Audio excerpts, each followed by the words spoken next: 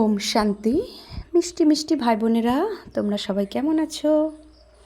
আমরা শ্রীমদ্ ভগবদ্ গীতাকে নিয়ে আবার চলে এসেছি। আগের দিন আমরা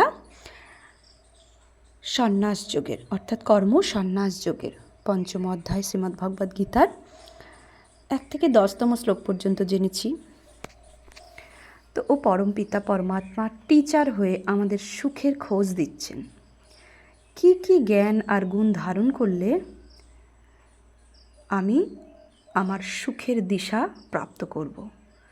তো এই কলিযুগ অর্থাৎ কলহা ক্লেশের যুগ, এই দুঃখ আর অশান্তিময় দুনিয়া থেকে কি করে আমি সুখ আর শান্তির অনুভব করব, তার গাইড কে করেন পরমপিতা পরমাত্মা, যিনি টিচার, পিতা, সদ্গুরু রূপে এই শ্রীমদ্ ভগবদ্ গীতাতে আমাদের গাইড করেছেন। তো আমরা তার শ্রীমতকে যথার্থ রূপে না বুঝে আমরা কোনো ব্যক্তির সাহারা নিই, কোনো কিছু পেলে সেটাই ভাবি, মনে করি যে আমার সমস্যা থেকে আমি উদ্ধার হয়ে যাব। কিন্তু ভগবান যে শ্লোকগুলো আমাদের জন্য দিয়েছেন, এ তো আমাদের কলিযুগী আত্মাদের জন্যই দিয়েছে, যারা কলহা ক্লেশে রয়েছে। তো কি দিয়েছেন? আমাদের পিতা, টিচার আর সদ্গুরু এই অজ্ঞান অন্ধকার থেকে আলোয় কি করে যাব। অজ্ঞান অর্থাৎ দুঃখ। অন্ধকারে কি হয়? মানুষ ঠক্কর খায়। তো আমরা কোনো না কোনো ব্যক্তি, কোনো না কোনো বস্তু প্রাপ্ত না হলে আমরা দুঃখী হয়ে যাচ্ছি। ক্ষণে ক্ষণে আমাদের ভয় হারানোর, ক্ষণে ক্ষণে আমরা দুঃখী হয়ে যাচ্ছি। তো এই অজ্ঞান অন্ধকারে রয়েছি বলেই দুঃখী হচ্ছি। সমস্ত কিছুর প্রতি আমাদের এতটাই অ্যাটাচমেন্ট রয়েছে যে ওটা না পেলেই আমরা মূর্ছিত হয়ে যাচ্ছি, দুঃখী হয়ে পড়ছি।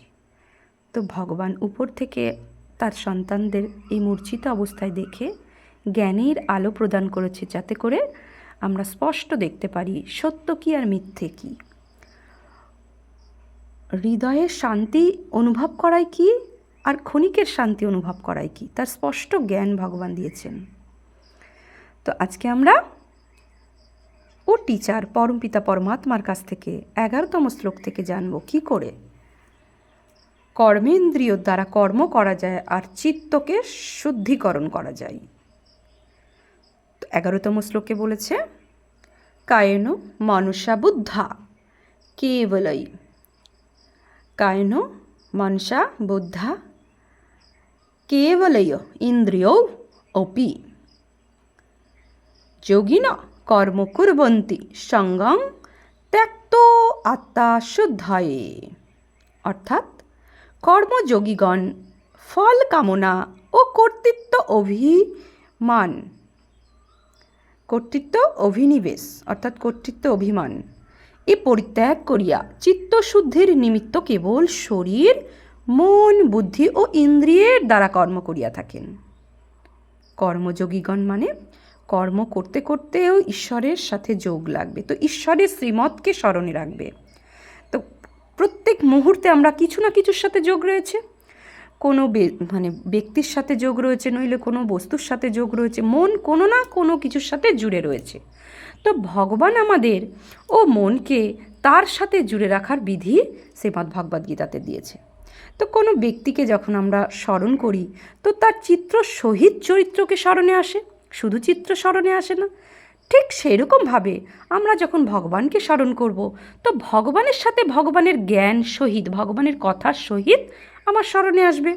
তাই বলছে কর্মযোগীগণ, অর্থাৎ এই শ্রেষ্ঠ কর্মের জ্ঞান কে দিয়েছে? পরমপিতা পরমাত্মা। তো যোগ কার সাথে লাগছে? পরমাত্মার সাথে, যে ভগবান আমাকে এই জ্ঞান দিয়েছে। তাহলে কর্ম করতে করতেও সে আমাকে এই জ্ঞান দিয়েছে, যোগ চলছে তার সাথে। তো ও কর্মযোগীগণ কি? ফলের কামনা ও কর্তৃত্ব অভিনিবেশ, অর্থাৎ ফলের কামনা মানে কোনো কিছু করেও তার ফলের কামনা করা। যেমন কোনো ব্যক্তির যদি আমি তার অসহায় অবস্থায় উপকার করি, তো সেম পরিস্থিতি যদি আমার উপর আমার আসে, তার যেরকম অসময় দুর্দশা গেছে, সেম অসময় যদি আমার আসে বা ও দুর্দশা যদি আমার সামনে উপস্থিত হয়, তখন আমার মনে মনে কি কামনা জন্মায়? যে তার পরিস্থিতিতে আমি এত উপকার করলাম, তার সময় আমি এত পাশে সহযোগ দিলাম, অথচ আমার এই একই পরিস্থিতিতে সে আমার একটু উপকার করলো না। অর্থাৎ কি দাঁড়াচ্ছে, যে আমি তার অসময়ে সহযোগ দেওয়ার সঙ্গে সঙ্গে কামনা জন্মিয়ে রেখেছিলাম ভেতরে, ফল মানে কর্ম করে তার ফল চেয়ে বসেছিলাম যে আমার দুর্দশার সময়ও সে আমার উপকার করবে। তাহলে ফলের কামনা চেয়ে বসছি, সে অতি কী হয়, গরিব হয়। তো সেই কামনা পরিত্যাগ করে কারা? কর্মযোগী জ্ঞান, যে ভগবানের শ্রীমতকে স্মরণে রাখে। আর কি? কর্তৃত্ব অভিনিবেশ, অর্থাৎ আমিই করেছি এই কর্ম, আমিই করেছি, আমার দ্বারাই এই কাজ হয়েছে, আমি করলাম বলেই তুমি উদ্ধার হলে, এই কর্তৃত্ব অভিনিবেশও পরিত্যাগ করে। তো এখানে কি করব, যে আমাকে দিয়ে ভগবান করিয়েছে, আমি করিনি। তার উপকারও যদি করি, কে করেছে? ভগবান আমাকে দিয়ে করেছে। এই কর্তাপান ভাবটাকে সাইডে দিয়ে দেয়, ভগবানকে সমর্পণ করা সব কিছু। তো এই দুই, ফলের কামনা আর কর্তৃত্ব অভিমান, এ পরিত্যাগ করিয়া চিত্ত শুদ্ধির নিমিত্ত, চিত্ত শুদ্ধি হবে যদি ভগবান করাচ্ছেন আমাকে দিয়ে। কারোর উপকার কে করেছে? ভগবান করেছে। কর্ম করেও ফলের কামনা না চাওয়া, তো এগুলোতে কি হয়, আমাদের চিত্ত শুদ্ধিকরণ হয়, মনে দুঃখ আসে না। আর যদি আমি কর্ম করার পরে ফল চেয়ে বসি, তাহলে কি হবে?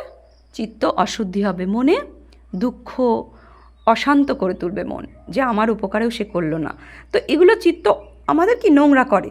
তো যখনই আমরা এই জ্ঞানের স্পষ্টতা আমাদের মধ্যে আসবে যে কর্মফলের কামনা চাওয়া মানে আমার চিত্তকে নোংরা করা, তো এই কর্মফল আর কর্মের ফল আর আমি কর্তা, এ ভান, এই কর্তাপান স্থিতি এ ভগবানকে সমর্পণ করে দিয়ে আমার চিত্তকে শুদ্ধিকরণ করে কেবলমাত্র শরীর দ্বারা আর মন দ্বারা আর ইন্দ্রিয় দ্বারা কর্ম করে থাকি, কেবলমাত্র শরীর দিয়ে কর্ম করি, করাচ্ছেন কে? পরমাত্মা। তো এইভাবে আমরা কর্ম করব। তো তারপরে শ্লোকে বলছে, যুক্ত কর্মফলং ত্যক্ত্বা শান্তিমা আপনৌতি নৈষ্ঠিক্যম। তো নৈষ্ঠিকিং শান্তিম আপনৌতি, অযুক্ত কামকারেণু ফলে শক্ত নিবদ্ধতে, নিবদ্ধতে অর্থাৎ বন্ধন দশা প্রাপ্ত। তো নিষ্কাম কর্মযোগীগণ কর্মফল ত্যাগ করিয়া, তো উপরে যে কি শ্লোক বললো, নিষ্কাম কর্মযোগী, তো এভাবে নিষ্কাম কর্মযোগীগণ সবসময় যে কর্মফল ত্যাগ করিয়া সর্বদুঃখ আর নিবৃত্তি রূপ স্থির শান্তি লাভ করে। তো আমাদের শান্তি কখনো আসে কখনো যায়, স্থিরতা থাকে না। তাহলে শান্তি স্থিরতা আনতে গেলে কি করতে হবে? কর্মফল ত্যাগ আর কি করতে হবে? কর্তাপান ভাবকে ত্যাগ করতে হবে।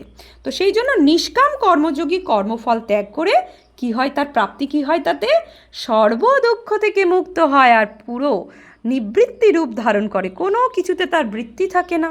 কর্ম শুধুমাত্র মন বুদ্ধি ইন্দ্রিয় দ্বারা করছে, কোনো কিছু তো তার বৃত্তি থাকে না। তো সর্বদুঃখ থেকে মুক্ত নিবৃত্তি স্বরূপ হইয়া স্থির শান্তি অনুভব করে, যে শান্তিতে বিঘ্ন ঘটে না, কখনো এই শান্তি কখনো অশান্তি না। ও কর্মের বিধি ভগবান শেখাচ্ছেন, ও শ্রেষ্ঠ কর্ম আমাদের শেখাচ্ছেন, যে কর্মের ফলস্বরূপ আমরা নিরন্তর স্থির শান্তি লাভ করব। তো সকাম বহির্মুখ ব্যক্তিগণ তো হলো কর্মযোগীগণ, নিষ্কাম কর্মযোগীগণ, আর সকাম মানে কামনাযুক্ত বাহির্মুক্তা ব্যক্তিগণ, যে ব্যক্তির মুখ সর্বদাই বাহ্যিক জগতে রয়েছে, আর নিষ্কাম কর্মযোগীর মুখ সর্বদাই অন্তর্মুখে রয়েছে, আমি আত্মা আর আমার আত্মার পিতা পরমাত্মা, এইভাবে অন্তর্মুক্তা রয়েছে। তো সকাম বহির্মুখ ব্যক্তিগণ কামনাবশত ফলে আসক্ত হইয়া বন্ধন দশা প্রাপ্ত হয়, অর্থাৎ সব কিছুতেই তার বন্ধন থাকে। এটা হারিয়ে গেলে তাতে বন্ধন, মোবাইলটা যদি হারিয়ে যায় আমি দুঃখী হব, আমার কি হবে, এটাতে বন্ধন। হ্যাঁ, প্রপার্টি যদি থাকে চুরি হয়ে যাওয়ার ভয়, এই বন্ধন। তারপরে প্রত্যেক ক্ষেত্রে আমাদের চিন্তাভাবনা সূক্ষ্ম জগতে দেখি প্রত্যেক মুহূর্তে আমরা ভয়, তো ভয়ের কারণই হচ্ছে আমার বাধা আছে ওই পরিস্থিতিতে, যে কোনো ব্যক্তি আর বস্তুতে আমি বাধা রয়েছি, তো সেটা হারিয়ে গেলেই আমার ভয়। তো বন্ধন দশা বলা হয় জন্য। তো ও বন্ধন দশা প্রাপ্ত কিসের থেকে হয়? কামনার বশীভূত থাকে যে আত্মা, আর সর্বদাই বহির্মুক্ত, অর্থাৎ পার্থিবীয় জগতে থাকবো কিন্তু অনাসক্ত হয়ে থাকবো, বহির্মুক্তা থেকেও অন্তর্মুখী হয়ে থাকবো বাইরে জগৎ শরীর দিয়ে সব কিছুর মধ্যে, কিন্তু মনই মনে আমি আত্মা পরমাত্মার ধ্যান মগ্ন থাকবো। তো এভাবে চললে আমরা বন্ধনমুক্ত হয়ে যাব। তো 13তম শ্লোকে বলছে, সর্বকর্মাণি মনসা সন্ন্যাস অস্তে সুখং বশী নবদ্বারে পুরে দেহি নৈব কুর্বন্ন কারায়ণ। অর্থাৎ নবদ্বার রূপী এই দেহে। 13তম শ্লোকে বলছে, তো সর্বকর্মাণি মনসা সন্ন্যাসাস্তে, মন দ্বারা সমস্ত কর্ম যখন ত্যাগ করবে, সন্ন্যাসাস্তে অর্থাৎ ত্যাগ করা। তো ত্যাগ কিসে ত্যাগ করতে বলছে? মনের দ্বারা সর্বকর্ম ত্যাগ করো, শরীর দিয়ে সর্বকর্ম ত্যাগ করতে বলিনি, ওই জন্য সন্ন্যাসের পরিভাষা আলাদা। মন দিয়ে সমস্ত বিকর্মকে ত্যাগ করো, সুখে মানে জীবনযাপন করতে পারবে। নবদ্বার রূপী দেহেও, নবদ্বার যুক্ত দেহেও তুমি সুখে বসবাস করতে পারবে যখন তুমি জিতেন্দ্রিয় হবে, অর্থাৎ মনে মনে সমস্ত কর্ম ত্যাগ করবে। এক আমি আত্মা আর পরমপিতা পরমাত্মা। তো তিনি কিছুই করেন না, অন্যকেও কিছু করান না, এই রূপে উনি চলবেন। তিনি কিছুই করেন না আর অন্য কেউ করান না। তো 14তম শ্লোকে বলছে, ন কর্তৃত্বং ন কর্মাণি লোকস্য সৃজতি প্রভু ন কর্মফল সংযোগং স্বভাবস্তু প্রবর্ততে। 14তম শ্লোকে বলছে, প্রভু অর্থাৎ আত্মা, প্রভু মানে এখানে আত্মা বোঝাচ্ছে, অ্যাকচুয়ালি প্রভু মানে পরমাত্মা, লোকের কর্তৃত্ব সৃষ্টি করেন না, কর্ম সৃষ্টি করেন না। সুখ আর দুঃখের, ও পরমপিতা পরমাত্মা কারোর কর্ম সৃষ্টি করেন না আর কর্তাও সৃষ্টি করেন না। কিন্তু আমরা যে কর্ম করি, তো ও কর্ম অনুসারে আমাদের সুখ আর দুঃখের কর্মফলের সম্বন্ধ রচনা করেন। যে কর্ম আমরা করছি সেই কর্ম অনুসারে আমাদের সুখ হয়, আর যে কর্ম আমরা করছি সেই কর্ম অনুসারে আমাদের সুখের উৎপন্ন হয়। তাহলে কর্তাপান আমার নিজস্বতা থাকছে। ভগবান পরমপিতা পরমাত্মা কোন কর্ম করলে অধোগতি প্রাপ্ত হয়, কোন কর্ম করলে উন্নতি প্রাপ্ত হয়, তার শ্রেষ্ঠ জ্ঞান ভগবান দিয়েছেন, কিন্তু করতে হবে আমার নিজেকেই। তো ও কর্ম যখন আমি করব, তো সেই কর্ম অনুসারেই আমার সুখ আর দুঃখের ফলস্বরূপ সম্বন্ধে আমি রচনা করছি। কিন্তু প্রকৃতি কর্মে প্রবৃত্ত হয়। তো এই প্রকৃতি, এই আমার মনের যে প্রকৃতি ও কর্ম ও প্রকৃতি অনুসারে আমি কর্মে প্রবৃত্ত হই, আমার বৃত্তি আসে কর্মে। তো শ্রেষ্ঠ কর্মের জ্ঞান যখন আমি জানব, তখন ওই শ্রেষ্ঠ কর্মের বৃত্তি আমার মনে উৎপন্ন হবে। তো যতক্ষণ শ্রেষ্ঠ কর্মের জ্ঞান আর শ্রেষ্ঠ কর্মের ফল আমি না জানবো, ততক্ষণ আমার মনেও বৃত্তি উৎপন্ন হবে না। তো মানে খারাপ কর্মকেও, বিকর্মকেও বা অধোগতিতে আমাকে পরিচালনা করে যে কর্ম, সেটাকেই যদি আমি শ্রেষ্ঠ কর্ম মনে করি চলি, তাহলে আমার ফলও সেরকম হবে। সেই জন্য শ্রেষ্ঠ কর্ম আর অশ্রেষ্ঠ কর্ম, যে কর্ম আমাকে শ্রেষ্ঠ বানায় আর যে কর্ম আমাকে অধোগতি করায়, দুই জ্ঞানই থাকা চাই।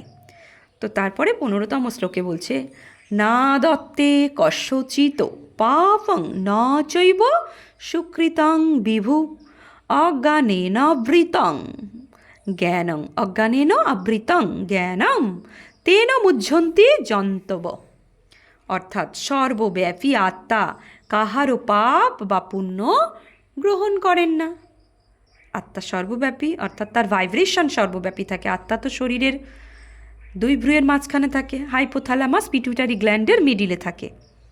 হ্যাঁ, তো ব্রেনের হাইপোথ্যালামাস পিটুইটারি গ্ল্যান্ডের মিডিলে থাকে। আমরা দুই ভ্রুর মাঝখানে কনসেন্ট্রেট করলে ও আত্মাকে অনুভব করতে পারি। সেই জন্য অর্জুনকে ভগবান বারবার বলেছে, হে অর্জুন, তুমি দুই ভ্রুয়ের মাঝখানে নাসাগ্রে দৃষ্টি সংস্থাপনা করো, তুমি কে তুমি জানতে পারবে। তো সেই জন্য বলছে সর্বব্যাপী আত্মা, অর্থাৎ আত্মা নিবাসস্থান দুই ভ্রুয়ের মাঝখানে, তার ভাইব্রেশন সব জায়গায় যায়। তো কাহারও পাপ বা পুণ্য গ্রহণ করে না, যার যার পাপ তার তার পাপ ফল, তার যার পুণ্য সে পুণ্য গ্রহণ করেন। তো অজ্ঞান দ্বারা জ্ঞান আচ্ছন্ন থাকায় বলিয়া জীব মোহ প্রাপ্ত হয়। তো আত্মা সম্পূর্ণ পিওর থাকে। আত্মার অরিজিনাল কোয়ালিটি কি? সম্পূর্ণ পিওর, পবিত্র। কিন্তু আত্মার ওপর যে প্রলেপ, কর্মের প্রলেপ পড়ে, সেই প্রলেপ অনুসারে সুখ আর দুঃখের অনুভূতি হয়। আর সেটা কেন হয়?